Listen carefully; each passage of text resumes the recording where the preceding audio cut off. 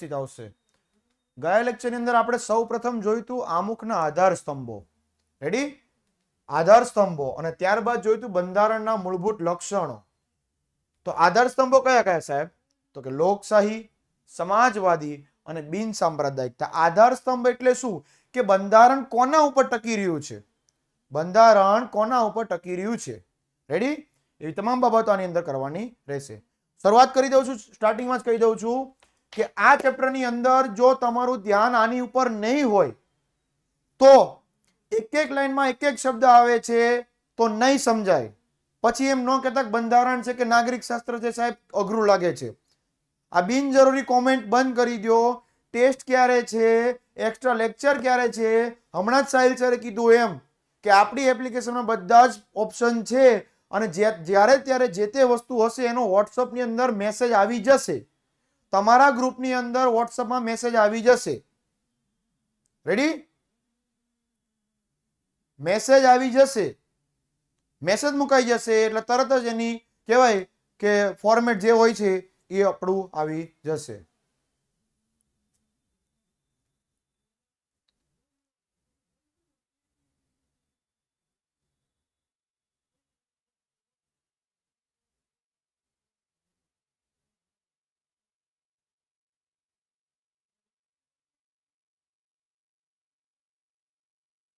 Okay, મુકાઈ ગયો છે. એક જ મિનિટ વાતચીત કરી દો. ચાલો ટેસ્ટની વાત કરી દઉં.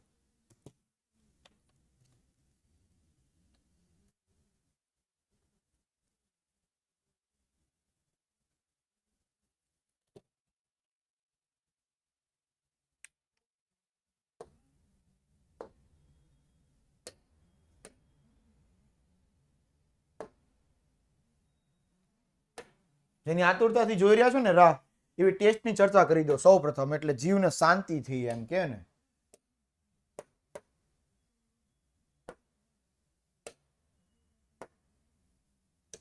ટેસ્ટ બધા જ પ્રશ્ન કહી દઉં છું, શાંતિ રાખજો. રેડી?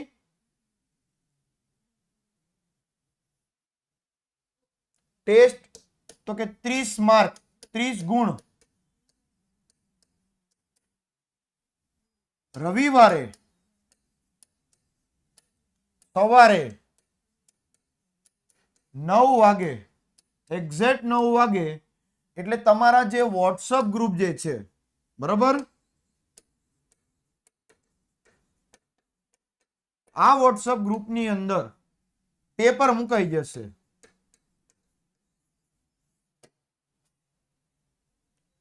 પેપર 9 વાગે મુકાઈ જાય એટલે તમારે શું કરવાનું છે? ઘરે જે તમારા પેજ હોય એ પેજની અંદર સવાલને સાથે રાખવાના અને મોઢે પ્રામાણિકતાથી તમે અને ભગવાન બે જ હોવા જોઈએ. ભગવાન સાક્ષીમાં તમે પેપર લખતા હોવા જોઈએ. એક પણ પ્રકારની ગેરરીતિ કર્યા વગર પ્રામાણિકતાથી આ આખું પેપર 30 માર્કનું જે છે એ તમારે લખવાનું રહેશે. રેડી? સમજાઈ ગયું? ચેપ્ટર નંબર 1 નો ટેસ્ટ છે. 1 માર્કનો ચેપ્ટર નંબર 1 નો ટેસ્ટ 30 ગુણ. એમાંથી 1 માર્કના, 2 માર્કના, 3 માર્કના અને 4 માર્કના આ બધા જ પ્રશ્નો આવશે. 1 માર્કની અંદર ખાલી જગ્યા, ખરા ખોટા, જોડકા બધું આવશે.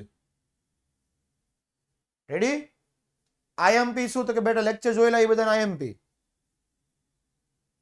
સમજાય છે? પ્લાસીનું યુદ્ધ છે, બક્સરનું યુદ્ધ છે, સામાજિક અસરો છે, ભારતમાં આવરણ જળમાર્ગ શું છે, આ બધા પ્રશ્નો આઈએમપી. બરાબર? અને આને તમારે 30 માર્કનું પેપર લખી નાખવાનું, મૂકી રાખવાનું. સાંજે 5 વાગે, બરાબર, સાંજે 5 વાગે આનું સોલ્યુશન મુકાઈ જશે વોટ્સઅપ ગ્રુપની અંદર જ. એટલે તમારે જાતે જ ચકાસી લેવાનું કે તમારા કેટલા જવાબ સાચા છે. રેડી? સમજાઈ ગયું? અને જેટલા માર્ક આવે એની જે મતલબ આ બીજા દિવસે એક લિંક મુકાશે તમારા ગ્રુપની અંદર, ફોર્મ જેવો મુકાશે અને એ ફોર્મની અંદર તમારા માર્ક લખી દેવાના રહેશે. બરાબર? સમજાઈ ગયું? 30 માર્કનું પેપર સવારે 9 વાગે વોટ્સઅપ ગ્રુપમાં મુકાઈ જશે. ચેપ્ટર નંબર 1 30 માર્કનું પરીક્ષા, એમાં 1, 2, 3 અને 4 ગુણના પ્રશ્નો રહેશે. ચાલો, હવે કોઈ પ્રશ્ન છે? સ્વાધ્યાયના કરવાના, ડીપીપી કરવાનું, સ્વાધ્યાય કરવાનો, ડીપીપી પણ કરવાનું. સામાજિક વિજ્ઞાન વિષય લખેલો છે બેટા, રેડી? જેમિસ સરે મેસેજ મૂકી દીધો છે. સામાજિક વિજ્ઞાન વિષય ચેપ્ટર નંબર 1 એકલું ખાલી. હા ભાઈ, હેપી યોગા ડે, વિશ્વ યોગ દિવસ 21 જૂન. હવે અહીંયા ધ્યાન આપો ને કે બ્લોક કરી દઉં?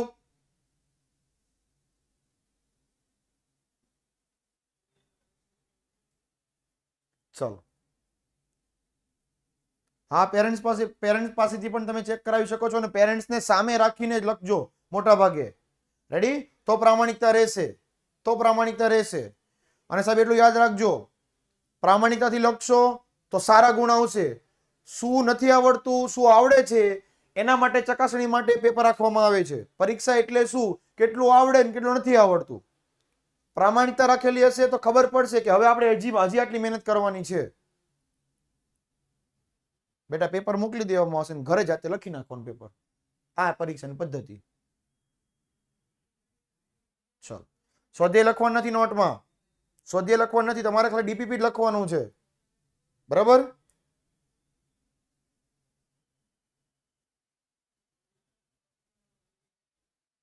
પણ બેટા સ્વાધ્યાયમાંથી નહીં કરતા તમ તારે. હું કાંઈ કહું છું, ડીપીપીમાં જે પ્રશ્ન છે એ બધા સ્વાધ્યાયના જ છે. ડીપીપીમાં જે પ્રશ્નો છે એ બધા સ્વાધ્યાયમાં જ છે. ચાલો આગળ જઈએ.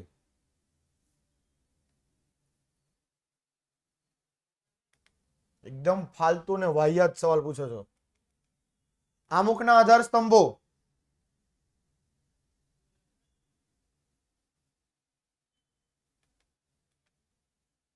લોકશાહી, સમાજવાદી અને બિન સાંપ્રદાયિકતા આમુખના આધાર સ્તંભો છે. જ્યારે બંધારણના મૂળભૂત લક્ષણો, એમાંથી માત્ર આપણે ગઈકાલે એટલે કે આવતા લેક્ચરની અંદર લેખિત દસ્તાવેજ જોયું હતું, અને ત્યારબાદ બંધારણનું કદ, આ બે ટોપિક વિશે આપણે ચર્ચા કરી હતી. હવે આના પછી બંધારણનું કદ પછી જે ત્રીજો ટોપિક છે એ આજે આપણે લેક્ચરની અંદર જોવાનું રહેશે. કોમેન્ટ સેશન બંધ.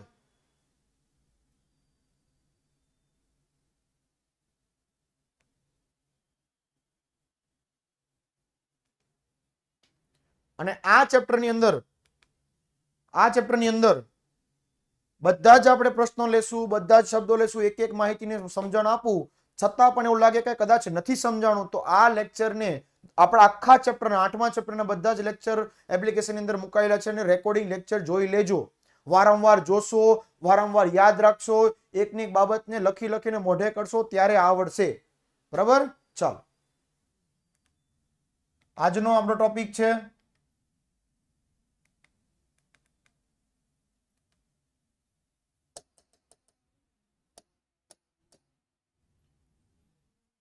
ચેપ્ટરનું નામ રાજ્ય બંધારણનું ઘડતર અને તેના લક્ષણો. આજનો ટોપિક છે બંધારણના મૂળભૂત લક્ષણો. પહેલું ને બીજો લક્ષણ ચાલી ગયો છે ગયા લેક્ચરની અંદર. આજે આપણે જોવાનું છે એક નાગરિક તત્વ, મજબૂત કેન્દ્ર વાળું સમવાય તંત્ર અને કટોકટી વેળાએ એક તંત્રી વ્યવસ્થા શું છે. આવા 3 મૂળભૂત લક્ષણો જે છે એ આજે આપણે જોવાના રહેશે. ચાલો, બંધારણ શું છે ભાઈ, પહેલો લેક્ચર જોઈ લેજે એટલે ખબર પડી જાય. ચાલો જોઈએ. એક જ નાગરિક તત્વ, તમે જે દેશમાં રહેતા હો તો ઈ દેશની પ્રણાલી શું છે. એક નાગરિક તત્વ લેવાનું છે કે ભાઈ તમારે સરકારને ધારાધોરણમાં જે રજીસ્ટ્રેશન કરવાનું હોય છે એમાં એક વાર કરવાનું છે કે 2 વાર કરવાનું છે. બીજા દેશમાં કેવું છે, આપણા દેશમાં શું પદ્ધતિ છે, એ આપણે આની અંદર જોવાની રહેશે.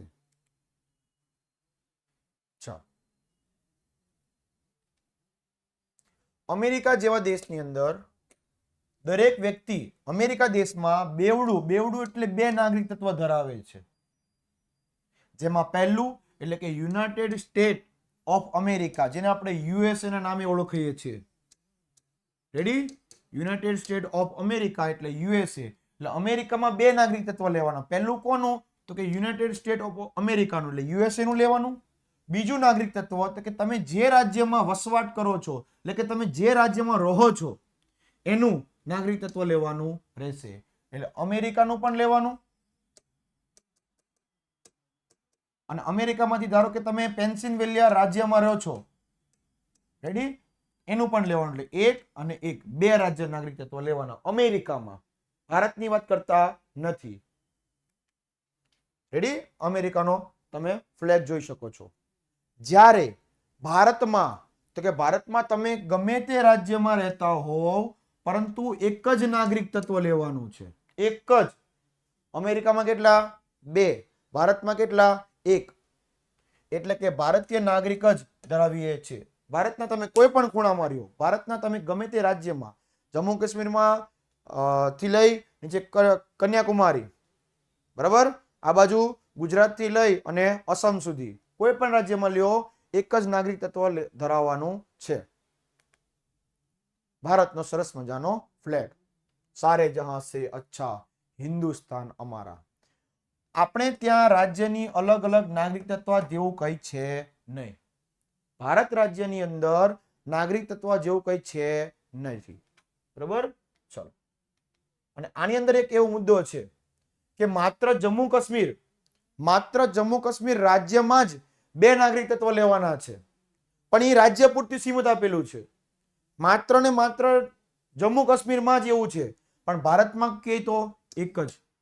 રેડી, ચાલો.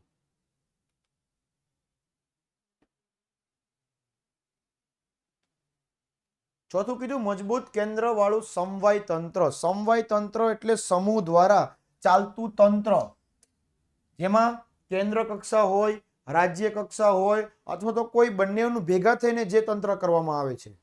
રેડી, આ બધી વાત અંદર કરવામાં આવે છે. ચાલો, નાગરિક તત્વ એટલે ભાઈ આપણે જે દેશમાં રહીએ એનું આપણે નાગરિક તત્વ હોય કે હું ભારતનો નાગરિક છું, ભારત સરકાર મને આધાર કાર્ડ આપે છે ત્યારે મને નાગરિક તત્વ મળે છે.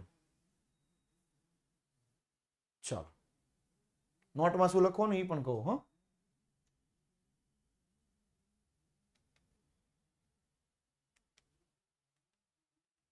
ભારતના બંધારણમાં ક્યાંય સમવાય શબ્દ એટલે ફેડરલ શબ્દનો ઉપયોગ થયો નથી, અને બંધારણ ભારતના રાજ્યનો સંઘ એટલે કે યુનિયન ઓફ સ્ટેટ, યુનિયન એટલે સંઘ અને સ્ટેટ એટલે રાજ્ય, રાજ્ય સંઘ તરીકે જ વર્ણવે છે. ભારતમાં ક્યાંય સમવાય શબ્દનો ઉલ્લેખ થયો નથી, પણ કયો શબ્દનો ઉલ્લેખ થયો? તો કે રાજ્યનો સંઘ. સંઘ એટલે કેન્દ્ર, સંઘ શબ્દ એટલે કેન્દ્ર, એટલે જ ભારત સંઘીય રાજ્ય છે, બરાબર, સંઘ સરકાર કહેવામાં આવે છે. ચાલો, આખું આપણે જોઈએ ભારતનો નકશો, જમ્મુ કાશ્મીર થી શરૂ કરીને કેરળા સુધી ને ગુજરાત થી લઈને અસમ સુધી. તો આખું આપણું જે છે ને સંઘ સરકાર કહેવાય, કેન્દ્ર સરકાર કહેવાય જેને. સંઘ સરકાર એટલે કેન્દ્ર સરકાર. સમવાય એટલે સમૂહ દ્વારા, ભાઈ, સમૂહ, સમૂહ. ચલો,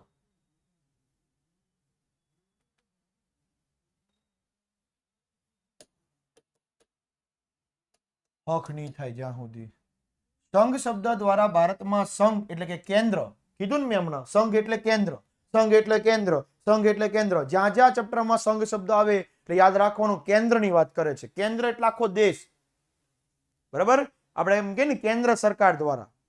ચાલો, અને એકમ રાજ્ય વચ્ચે ક્યારે પણ બદલી શકાતું નથી તેવા કાયમી સંબંધોની લેખિત સ્વરૂપમાં બંધારણ સ્પષ્ટતા કરવામાં આવી છે. બંધારણ જે આપણું લખાણું, બંધારણ એટલે એક પ્રકારનું પુસ્તક, બરાબર, એ બંધારણની અંદર જે કઈ કલમ કે જોગવાઈ બધું જ જે વસ્તુ છે એ બધું લેખિતમાં છે. લેખિત એટલે લખેલું છે બધું, કે કલમ નંબર 11, કલમ નંબર 12, કલમ નંબર 13, એમ. મૌખિક નથી, મૌખિક એટલે બોલેલું. રેડી, ચાલો.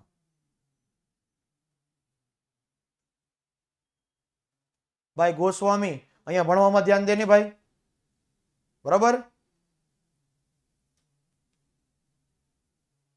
એકમ રાજ્યને કેન્દ્રથી છૂટા પાડવાનો અધિકાર નથી, કે સંઘ સરકારને કેટલીક વિશેષ અને ચડિયાતી સત્તા આપવામાં આવી છે. એકમ રાજ્યને, કે ભાઈ ધારો કે આ રાજસ્થાન રાજ્ય જે છે, બરાબર, એને આ ભારતના સંઘમાંથી અલગ થવું હોય તો એમ થઈ શકે નહીં. એવું આપણે સત્તા આપી દઈએ કે જેને જે રાજ્યમાંથી અલગ થવું હોય એને થઈ શકે, તો બધા અલગ પડી જાય. સમગ્ર ભારત અખંડ ભારતની રચના થાય નહીં. સમગ્ર ભારતની આખી રચના થાય નહીં. એટલે કોઈ રાજ્ય છૂટું પડી શકતું નથી. છૂટું એટલે અલગ. છૂટું એટલે અલગ. અલગ પડી શકતું નથી. સંઘ સરકારને કેટલીક, સંઘ સરકાર એટલે કેન્દ્ર સરકારને કેટલીક વિશેષ એટલે વધારાની અને ચડિયાતી એટલે રાજ્ય સરકાર કરતા વધારે પડતી સત્તાઓ આપી છે. એટલે કે રાજ કરવાનું કોને આપ્યું? તો કે કેન્દ્ર સરકારને આપવામાં આવ્યું છે. રેડી? દેશને લગતા તમામ નિર્ણયો કેન્દ્ર સરકાર એટલે સંઘ સરકાર કરી શકે છે અને કેન્દ્ર સરકાર દ્વારા જ દેશ ચાલે છે.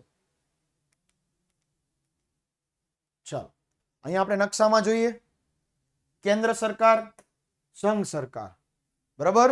તો અહીંયાથી લઈ અને અહીંયા સુધી આખું બધું અહીંયા સુધી, બરાબર, આખું બધું કેન્દ્ર સરકારમાં આવે.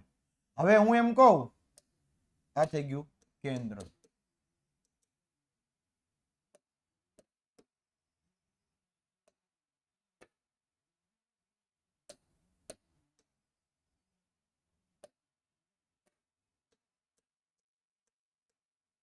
કેન્દ્ર સરકાર તો આખો ભારતનો નકશો. પણ હું એમ કહું રાજ્ય સરકાર, રાજ્ય સરકાર તો આ પણ ભારતનો નકશો જ છે. તો આ ચેપ્ટરમાં જ્યાં જ્યાં રાજ્ય સરકારનો ઉલ્લેખ થાય તો આપણું ગુજરાત રાજ્યની વાત કરશે. તો ગુજરાત રાજ્ય જો અહીંયા રહ્યું, દેખાણું?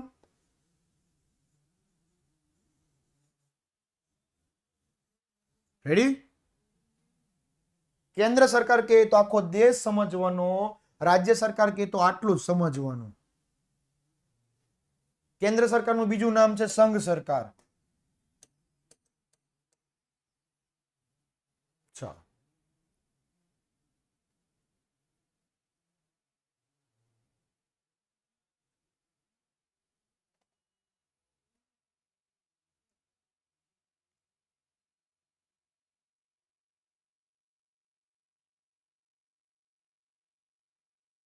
ચાલો આગળ જઈએ. કેન્દ્ર સરકાર અને પ્રાદેશિક રાજ્ય સરકાર, કેન્દ્ર સરકાર અને રાજ્ય સરકાર, આ મોટું આ નાનું એમ યાદ રાખવાનું. વચ્ચે સત્તાની સ્પષ્ટ વહેંચણી કરવામાં આવી છે કે આટલું કામ તો કે કેન્દ્ર સરકારે કરવાનું, આટલું કામ તો કે રાજ્ય સરકારે કરવાનું. સ્પષ્ટ, એમ નહીં કે બાધાબાદ થાય અંદરો અંદર. હું નહીં કરું, ઓલો કે તું નહીં કરજો, ઓલો કે હું કરીશ, ઓલો કે તું નહીં કરતો. બરાબર? સ્પષ્ટ વહેંચણી. વોઇસ આવે છે બેટા? વોઇસ આવે જ છે. અવાજ આવે છે? આવે જ છે. જેથી રાજ્ય સરકાર પોતાના જ પ્રદેશ ઉપર પોતાના કાર્યક્ષેત્રોને અનુસંધાન પોતાના કાયદા ઘડી શકે છે. રાજ્ય સરકાર ગુજરાત રાજ્યના મુખ્યમંત્રી હોય એને પોતાના પ્રદેશને ચલાવવા માટે પોતાની રીતે કાયદા ઘડી શકે છે. રેડી? એના માટે કઈ બધાને પૂછવાની જરૂર પડતી નથી. બેટા નોટમાં લખવાનું છે, હું કહીશ, થોડીક શાંતિ રાખો ને. કેન્દ્ર અને રાજ્ય વચ્ચે સત્તાનું વિભાજન થકી બંધારણમાં બક્ષવામાં આવેલું એટલે આપવામાં આવેલું. રેડી? બક્ષવામાં આવેલું એ આપવામાં આવેલું.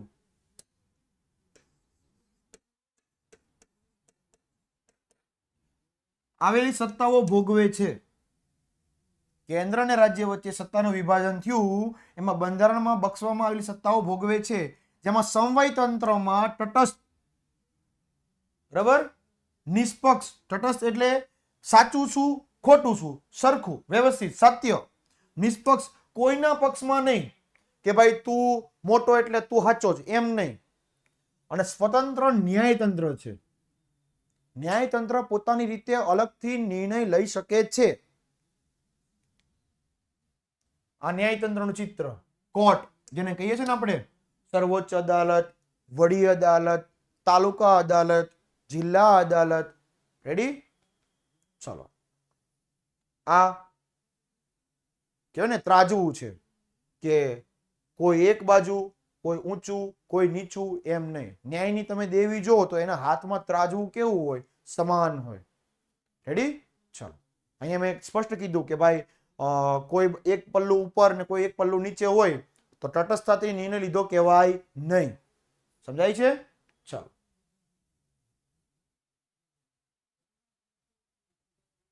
આંખે પટ્ટી હોય છે. યસ, આમ તો ડાયા છો પણ ક્યારેક ક્યારેક જ ગાંડા થાવ છો.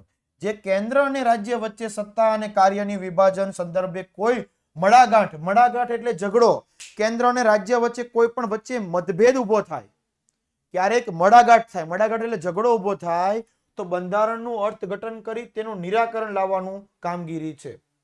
કોઈ એવો કાયદો આવે કે ભાઈ આ કોને કરવાનો, કેન્દ્ર સરકારનું નિરાકરણ કરશે કે રાજ્ય સરકાર કરશે?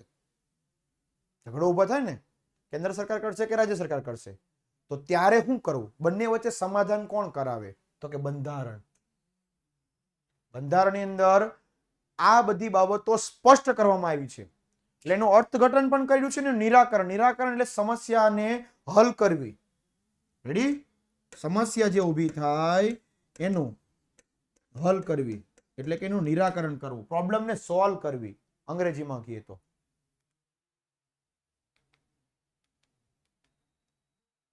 ચાલો, હવે છે મજબૂત કેન્દ્ર વાળું સમવાય તંત્ર.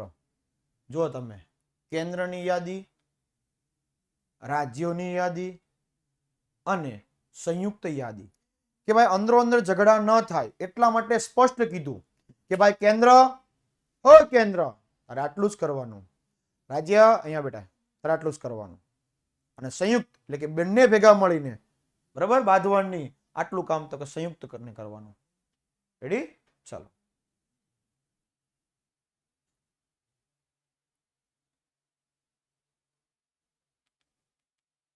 પહેલું છે કેન્દ્રની યાદી. કેન્દ્ર એટલે સંઘ, મેં કીધું એમ, કેન્દ્ર એટલે સંઘ, એની યાદી. સંઘની યાદીમાં 97 વિષયનો સમાવેશ થાય છે. આ બુકની અંદર એક વખત લખવાનું છે. આમાં કેન્દ્રની યાદી, રાજ્યની યાદી અને સંયુક્ત યાદી ત્રણેય ટોપિક બુકની અંદર એક વખત લખવાના છે. આઈએમપી છે, ધ્યાન આપજો, આની નીચે અંડરલાઈન કરી નાખજો. સંઘ યાદીમાં કુલ 97 વિષયનો સમાવેશ કરવામાં આવ્યો છે, પૂછાય છે એમસીક્યુ ની અંદર. સંઘ એટલે કેન્દ્ર, સંઘ શબ્દ આવે એટલે કેન્દ્ર સરકાર યાદ રાખવાનું. સંઘ યાદીમાં કુલ કેટલા વિષયનો સમાવેશ થાય? 97. જેમાં કાયદો ઘડવાની સંપૂર્ણ સત્તા સંસદ પાસે છે. બરાબર? સંસદ એટલે લોકસભાની અંદર આપણે જેને ચૂંટીએ છીએ, મતદાન આપીએ છીએ, એવા વ્યક્તિને સંસદ સભ્ય કહેવાય છે. સંરક્ષણ, બરાબર, એટલો આપણે જે કહેવાય ને આર્મી, નેવી, એરફોર્સ, આ બધું સંરક્ષણ બાબત કહેવાય. વિદેશી બાબત, ભારત અમેરિકા સાથે કોઈ કરાર થાય, ભારતના રાષ્ટ્રપતિ કે ભારતના વડાપ્રધાન ક્યારેક બીજા દેશમાં જાય, બરાબર, તો કંઈક કામ માટે જાય, કે ભાઈ ક્યાંક ટેકનોલોજી લેવા જાય, કંઈક વિચારણા થાય, દેશની મદદ કરવાની ભાવના હોય, એ માટે વિદેશી બાબતો. આપણા વિદેશ મંત્રી કોણ છે? ભારતના વિદેશ મંત્રી કોણ છે?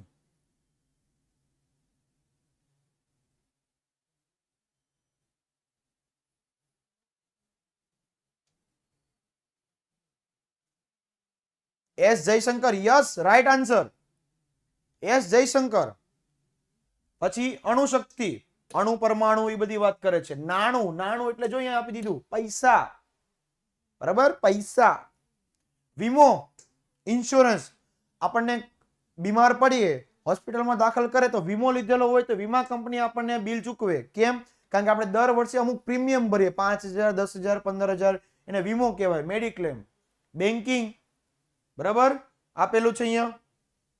તાર ટપાલ, પોસ્ટ ઓફિસ, જો રહ્યું આ તાર ટપાલ, આ વીમો, પોસ્ટ ઓફિસ અને રેલવે, ઇન્ડિયન રેલવે, આ બધા જ ક્ષેત્રો શેમાં સમાવેશ થાય છે? કેન્દ્રમાં. 97 વિષયની યાદી છે ને, એમાં અમુક બાબતો આપી છે, એવા 97 વિષયની યાદી કેન્દ્ર સરકાર પાસે છે.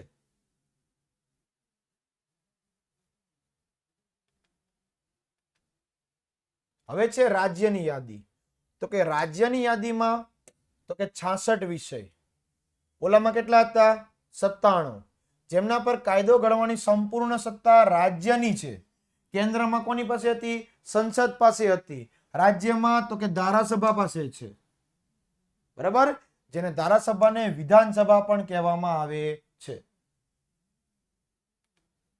કાયદો અને વ્યવસ્થા, શિક્ષણ, સ્થાનિક સ્વરાજ્યની સંસ્થાઓ, કૃષિ સિંચાઈ, આરોગ્ય, ભૂમિ અને રાજ્યનો આંતરિક વેપાર અને વાણિજ્ય વિષયકની બધી જ સેવાઓનો સમાવેશ રાજ્યની યાદીમાં કરવામાં આવે છે. જો સૌથી પહેલા જોઈએ આપણે કાયદો અને વ્યવસ્થા એટલે ન્યાય, પછી તો કે શિક્ષણ, આર્યું, ટીચિંગ, સ્થાનિક સ્વરાજ્યની સંસ્થાઓ, તો સ્થાનિક સ્વરાજ્યની સંસ્થામાં તો કે બે પ્રકાર, ગ્રામ અને શહેર. ગ્રામની અંદર ગ્રામ પંચાયત, તાલુકા પંચાયત, જિલ્લા પંચાયત. શહેરમાં તો કે નગરપાલિકા, મહાનગરપાલિકા, મહાનગર નિગમ. મહાનગર નિગમ એટલે વધુ પડતી વસ્તી વધી જાય, મહાનગરપાલિકા કરતા વસ્તી વધી જાય ત્યારે મહાનગર નિગમની રચના કરવામાં આવે છે. તો સ્થાનિક સ્વરાજ્યની સંસ્થા, કૃષિ સિંચાઈ, બરાબર, ખેતરની અંદર પાણી, બધી સુવિધાઓ, આરોગ્ય એટલે દાક્તરી તપાસ સ્કૂલમાં આવે, બધી સ્કૂલોમાં મોટા ભાગે આવે, ભૂમિ એટલે કે જમીન, બરાબર, આંતરિક વેપાર વાણિજ્ય એટલે કે અંદરો અંદરના, ધારો કે ગુજરાત હોય તો ગુજરાતમાં તમારે કચ્છમાંથી તમે સુરત, સુરતમાંથી અમદાવાદ, અમદાવાદથી મહેસાણા, એ બધો આંતરિક વેપાર કહેવાય, અંદરો અંદરનો વેપાર વાણિજ્ય કહેવાય, ધંધો. આ બધી વસ્તુનો સમાવેશ રાજ્યની યાદીમાં કરવામાં આવે છે. જોકે કેન્દ્રને એવું લાગે કે રાજ્યમાં કાયદો વ્યવસ્થા પડી ભાંગી છે એટલે વ્યવસ્થિત થતું ન હોય ત્યારે, કેન્દ્રને એમ લાગે કે રાજ્યમાં કાયદો બરાબર નથી ત્યારે રાજ્યની સંમતિ સાથે કે રાજ્યની મરજી વિરુદ્ધ એટલે પૂછ્યા વગર કા સંમતિ લે એટલે પરવાનગી લે કે હે રાજ્ય અમે આમ કરશું, પરવાનગી લે, અથવા તો મરજી વિરુદ્ધ એટલે પૂછ્યા વગર રાજ્યમાં કેન્દ્ર અનામત પોલીસ દળની મોકલી શકે છે. તો એ સરસ મજાનું પોલીસનું એક ચિત્ર આપી દીધું મેં, બરાબર. સિંઘમ, બાજીરાવ સિંઘમ, તને બબરું કે તને સિગરું કે તને સોર્યું કે તને તાળે સિંઘમ ઝીંજી જીના ઝીંજી ચા. ચાલ, મારું ચિત્ર નથી એલા, હું પણ તમે લેવા જ મળ્યા છો. ચાલો, આઈએસ ઓફિસર છે બેટા, રેડી? આઈએસ ઓફિસર છે. આટલા બધા રેન્ક જો અહીંયા તમે જો, રેડી? આઈજી લેવલનો માણસ છે આ. આઈપીએસ હોય, પોલીસમાં આઈપીએસ હોય, કલેક્ટર ને બધા મોટા મોટા હોય ને એમાં આઈએસ હોય. ચાલ,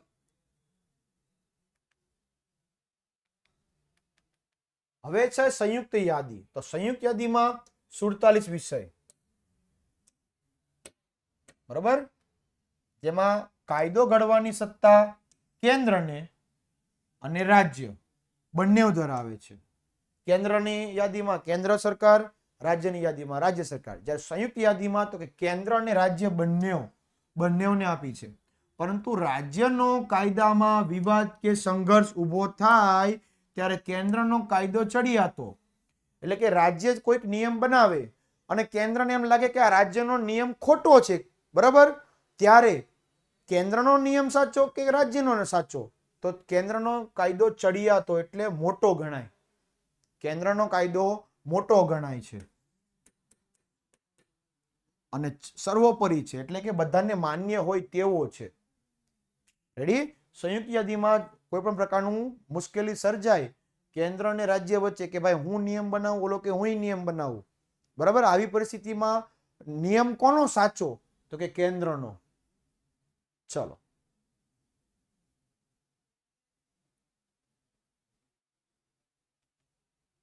આમ સમવાય તંત્રમાં કેન્દ્રને સંયુક્ત યાદીમાં પણ વિશેષ સત્તાઓ આપી છે. સમવાય તંત્રની અંદર કેન્દ્રને એટલે કેન્દ્ર સરકારને સંયુક્ત યાદીમાં વિશેષ એટલે વધારે પડતી. રેડી? આ તો પછી રાજ્ય સરકારને શું કહેવાય, ઓલું કહેવાય ને કે ખોટું લાગી જાય કે મને વધારે સત્તા ન આપી. રેડી? પણ બેટા આપણે પહેલા જોયું કે કેન્દ્ર સરકારની અંદર બધા રાજ્યનો સમાવેશ થઈ જાય. જ્યારે રાજ્યમાં તો કે અમુક નાનું રાજ્ય હોય, ખાલી સ્ટેટ એક જ હોય. રેડી? આપણે ઘરમાં આપણે જોઈએ કે કોઈ મહત્વનો નિર્ણય લેવાનો હોય, રેડી, લગ્ન બાબત હોય કે કોઈ કરિયર બાબતની પ્રશ્ન હોય, તો આપણે બધા પાસેથી મંતવ્યો લઈએ છીએ અને છેલ્લે કોણ આપણને નિષ્કર્ષ આપે? તો કે આપણા પપ્પા. રેડી? કા પછી આપણે દાદા. તો દાદાને માની લ્યો કેન્દ્ર સરકાર, પપ્પાને માની લ્યો રાજ્ય સરકાર. કા પછી પપ્પાને માની લ્યો કેન્દ્ર સરકાર અને દીકરાને માની લ્યો રાજ્ય સરકાર. પિતાને દીકરા વચ્ચે આમ કે ઝઘડો થાય બરાબર? તો પપ્પા એમ જ કહે ને કે બેટા મેં તારા કરતા વધારે દિવાળી જોઈ છે, થોડીક શાંતિ રાખ. બરાબર? પ્રિયાંશી બેન વ્યવસ્થિત ધ્યાન આપો પહેલેથી, તો સમજાય જ જાય. બરાબર? એક એક લીટી સમજાવું છું. ચાલો, આ યાદીમાં દીવાની અને ફોજદારી. જો દીવાની ને ફોજદારી પહેલા સમજીએ.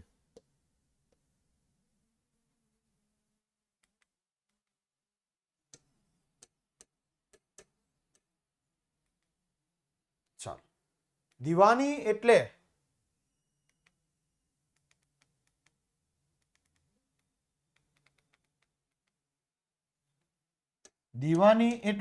જો અહીંયા મેં ચિત્ર આપી દીધું. રેડી? ઘર કે મકાન, ઘર કે મકાન, વેચાણ કે ખરીદી, આના કોઈ પણ જે કહેવાય ને કે ગુનાઓ થાય તો એને દીવાની કહેવાય. મકાન, જમીન, પ્લોટ, આ બધી વસ્તુની ખરીદી કે વેચાણ કરો છો અને એના પર કોઈ કેસ થાય છે તો એને દીવાની કહેવાય. હા દીવાની, મેં દીવાની, દીવાની કર ગઈ. ઈ દીવાની નહીં, ઈ દીવાની નહીં. રેડી? દીપિકા બેન વાળો દીવાની નહીં. આ તો કે મકાન, જમીન કે આ બધી વસ્તુ ઉપર કોર્ટની અંદર કેસ થાય છે અને દીવાની કહેવાય. જ્યારે ફોજદારી એટલે શું? તો કે મર્ડર, બરાબર, કોઈનું ખૂન થઈ જાય, કોઈની હત્યા થઈ જાય, આ બધી વસ્તુને ફોજદારી કહેવાય. બરાબર? તો આ બધી મકાન મિલકત ઉપર થાય, જ્યારે આ વસ્તુ તો કે હત્યા, ગુનો, બરાબર, ક્રાઇમ, આ બધાના ફોજદારી ગુના કહેવાય છે. કોઈની પાસેથી વસ્તુ લઈ લેવી, બરાબર, ધમકી આપી, આ બધા ફોજદારી ગુનાઓ કહેવાય. લગ્ન ખબર જ છે, બરાબર? લગ્નની બાબતો, પહેલું રે પહેલું મંગળિયું રે વરતાયા ને બીજે રે પહેલું, પહેલે રે પહેલું, પહેલે રે પહેલું મંગળિયું રે વરતાયા ને બીજે મંગળ. બરાબર? સોનાના દાન દેવાયા ને અગ્નિદેવની સાક્ષીએ ફેરા ફરાય માને શુભ દિન. છૂટાછેડા, ડિવોર્સ, મને તારી સાથે ફાવતું નથી, આથી તું તારા રસ્તે, આથી હું મારા રસ્તે. નીકળો, નીકળો, નીકળો. રેડી? ચાલો, ત્યારબાદ શિક્ષણ તો કે ટીચિંગ. આર્થિક આયોજન, આર્થિક નો મીનિંગ થાય નાણાકીય, નાણાકીય, નાણાકીય. રેડી? પૈસા, પૈસા દેખાય છે. ત્યારબાદ વ્યાપારી સંઘ, ધંધો. બરાબર? આ બધી જ વાતો આ બધા ચિત્રોની આપણે સાથે કરીએ છીએ.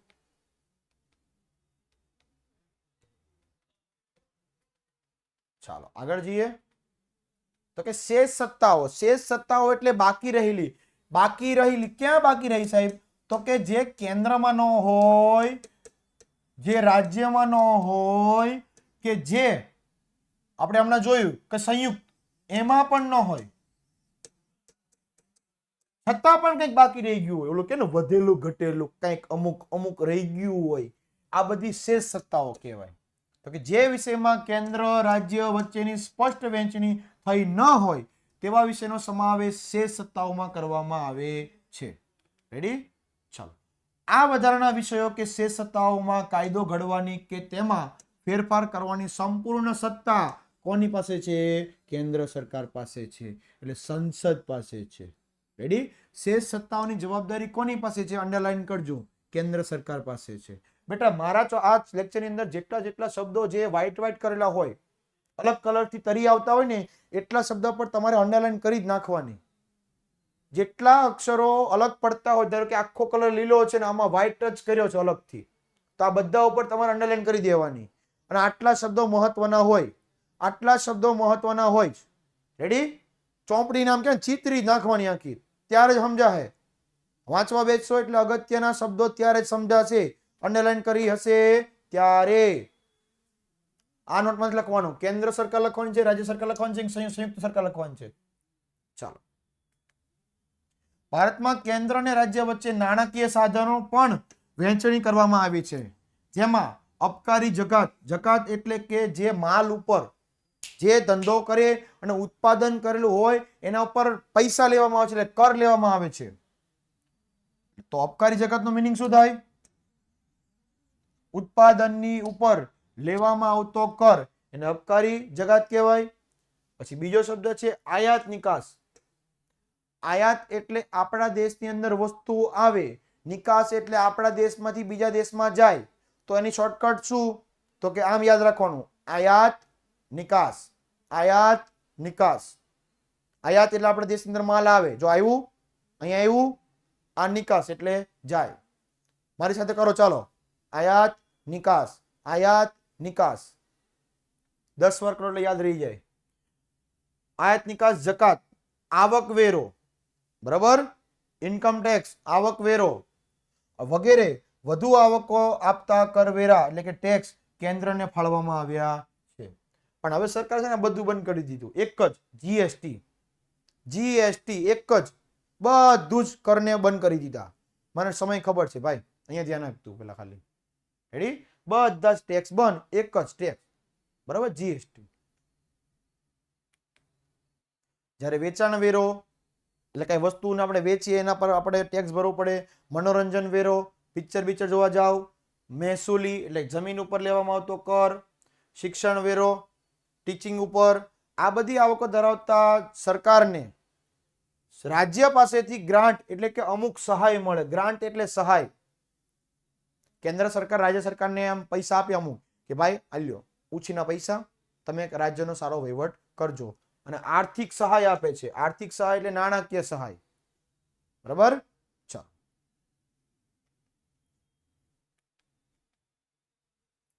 ત્યારબાદ કટોકટી વેળા. કટોકટી વેળા એટલે શું? કટોકટી એટલે ક્યારેક દેશની અંદર એવી કોઈ ઘટના બની જાય, કોઈ દુર્ઘટના બની જાય અને કટોકટી કહેવાય. આવા પરિસ્થિતિમાં શું કરવું સાહેબ? આવી પરિસ્થિતિમાં શું કરવું?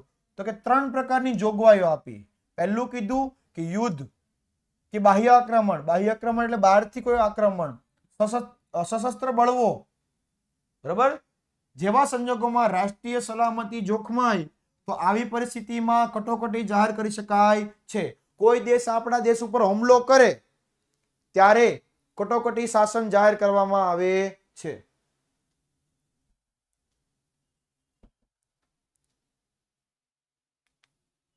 રાજ્યમાં કાયદો કે વ્યવસ્થાની પરિસ્થિતિ પડી ભાંગે, કે ભાઈ વ્યવસ્થિત કાયદો ન ચાલે, કે રાજ્ય વ્યવસ્થિત ન ચાલે ત્યારે, અથવા બંધારણીય જોગવાઈ અનુસાર રાજ્ય સરકાર ચાલી શકે એમ ન હોય ત્યારે કેન્દ્ર સરકાર બંધારણીય કટોકટી જાહેર કરી શકે છે. એટલે પહેલી પરિસ્થિતિ કીધી અહીંયા કે રાજ્યનો કાયદો ન ચાલે ત્યારે, અથવા તો રાજ્ય સરકાર કાયદો ચલાવી શકે એમ ન હોય, મુખ્યમંત્રી કે કોઈ વ્યક્તિનું મૃત્યુ થઈ ગયું હોય, બરાબર, અથવા તો સરકાર આખી ઓલી થઈ જાય ત્યારે રાષ્ટ્રપતિ શાસન લાગુ પડી જાય. 1 માર્કનો સવાલ પૂછાય કે કટોકટી વેળાએ કયું શાસન લાગુ પડવામાં આવે છે? તો કે રાષ્ટ્રપતિ શાસન. રેડી? ત્યારે સંઘ સરકાર કોઈ વચ્ચે લાગુ પડે નહીં. રેડી? ચાલો આગળ. સતત ભાવ વધારાના કારણે નાણાંના મૂલ્યમાં ઝડપથી ધોવાણ થતું હોય ત્યારે નાણાકીય કટોકટી જાહેર કરી શકાય. આ એક વસ્તુ છે, એનો ભાવ છે 20 રૂપિયા, પણ આની જગ્યા પર આ જ વસ્તુનો ધારો કે 5000 ભાવ લેવામાં આવે તો નાણાંનું મૂલ્ય કાંઈ સચવાતું નથી. એકાએક ભાવમાં શું થાય છે? વધારો, બરાબર. ત્યારે નાણાંનું ધોવાણ થઈ જાય. બજારમાં કોઈ પ્રકારનું કહેવાય ને કે નાણાંનું મૂલ્ય રહે નહીં, ત્યારે પણ કટોકટી જાહેર કરવામાં આવે છે. આમ કટોકટી એ ત્રણેય જોગવાઈ અનુસાર આપણું સમવાય તંત્ર એટલે એકંદરે એક તંત્રી થઈ જાય. એક તંત્રી એટલે એક જ વ્યક્તિ ચલાવે. કોણ? રાષ્ટ્રપતિ. બીજું કોઈ નહીં, વચ્ચે કોઈ નહીં, એક જ રાષ્ટ્રપતિ. રેડી? ચાલો. તેટલા સમયગાળા પૂરતું સમવાય તંત્ર સ્થગિત થઈ જાય છે. સ્થગિત એટલે સ્ટોપ. નો, કોઈ નહીં. સંસદ, વિધાનસભા કોઈ નહીં, એક જ રાષ્ટ્રપતિ. રેડી? રાષ્ટ્રપતિ. ચાલો, આને કહેવાય છે કટોકટી વેળાએ, એટલે કે કોઈ દુર્ઘટના બને છે ત્યારે દેશ શાસન કોણ કરશે? તો કે રાષ્ટ્રપતિ. ચાલો, બેટા કીધું એમ કેન્દ્ર સરકાર આપણે જે હમણાં જે બતાવી દો નોટમાં કેટલું લખવાનું. આ પહેલું કેન્દ્રની સંઘની યાદી, આ એક સવાલ. બીજો આ રાજ્યની યાદી અને ત્રીજો આ સંયુક્ત યાદી. આ 3 લખવાનું છે નોટની અંદર.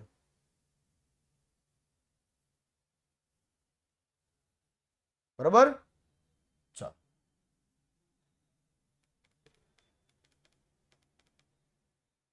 એટલે આટલું પરિસ્થિતિ આવે ત્યારે દેશ આખો સ્થગિત થઈ જાય છે. હા, ઇન્દિરા ગાંધી રાષ્ટ્રપતિ શાસન લાગુ કર્યું હતું. ચાલો, તો આ સાથે આજનો આપણો લેક્ચર પૂર્ણ થાય એ પહેલા તમે ફટાફટ મને પોલનો જવાબ આપી દેજો. રેડી? એટલે આપણે લેક્ચરને આપીએ છીએ વિરામ. જવાનું નથી વાલા વિદ્યાર્થી મિત્રો. તમને સારામાં સારું મેં આપ્યું છે. બરાબર? તો પોલનો જવાબ પણ આપવો જરૂરી છે.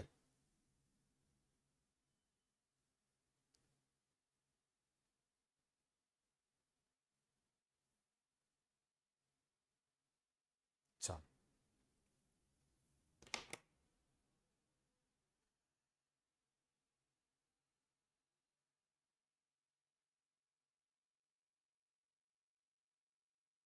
ટેક્સ કેમ લેવો બેટા? સરકાર પાસે આવક તો હોવી જોઈએ ને. સરકારને જો હોસ્પિટલ બનાવવી હોય, રોડ બનાવવા હોય તો બધું પૈસા ક્યાંથી આવે? તો કે તિજોરીમાંથી. પણ તિજોરીમાં પૈસા કોણ નાખે? તો કે આપણે જે ટેક્સ ભરીએ છીએ. આપણે જે ટેક્સ ભરીએ એ ટેક્સમાંથી જ હોસ્પિટલ બને, રોડ બને, નવા સાધનો બને. સરકારી સંપત્તિ બધી આપણા ટેક્સમાંથી જ આવે છે. રેડી? ચાલો, તો મળીએ છીએ આગળના લેક્ચરની અંદર. કાલે ફરીવાર કટોકટી વેળાથી આગળ આ લેક્ચરને આપણે ટોપિકને ફરી આગળ વધાવશું. ત્યાં સુધી રજા લઉં. જય હિન્દ, જય ભારત, ભારત માતા કી જય, વંદે માતરમ, જય જય ગરવી Gujarat. Thank you very much. Bye bye, take care.